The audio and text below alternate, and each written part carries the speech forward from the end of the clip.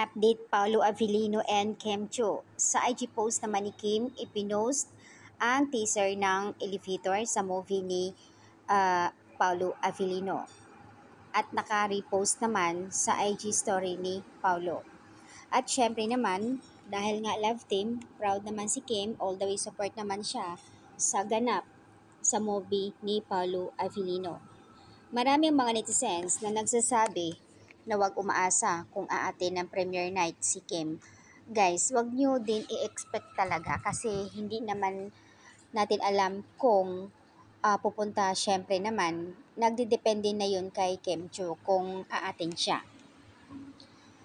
Okay na rin yung nag-IG story siya. Syempre sa daming mga fans nakikita yun. At least nakikita nila sa IG story ni Kim na nakasupport siya.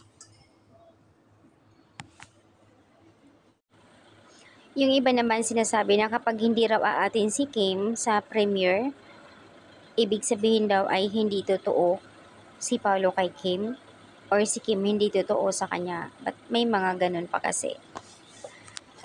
Hayaan na lang kung hindi man aatin. Yung iba talaga maraming nagbibigay komento. Yung tipong kung sino-sino na lang ang sinishape daw para kay Kim. Samantala, mayroon naman daw Paolo Avellino. So, ayan. Ang daming mga fans ngayon na something nagbabash na rin kay Kim. Makapartner lang doon sa bridesmaid, binabash nila.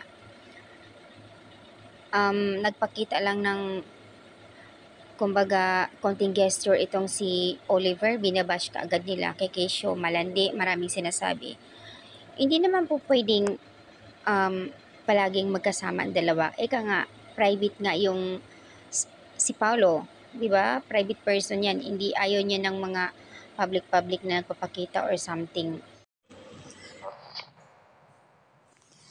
Nag-react naman yung ibang mga Kim Pao fans, lalo ng admin, na kung ano-ano nilang mga binabato nila kay Kim Chiu. Sana hindi dumating sa punto na ibabash nila dahil lang hindi aatin doon sa premiere ni Paolo. Guys, kung totoong fans kayo ng Kim Pao, dapat wala nang ganon. Yung iba naman, nakalagay doon Kim Pao fans, pero kung makapag-bash sila, wagas. Meron pa silang sinasabi na mas bagay kay ganito, mas bagay kay ganyan, hindi bagay kay Paolo. Pero naka-post sa wall nila yung photos ng dalawa. But may mga ganon pa. Kaya naman yung mga ibang admin, yung solid Kim Pao, nag-react sa kanila na hindi kayo tunay Kim Pao fans. Dapat i-depend nyo sila, hindi nyo ibabash dapat.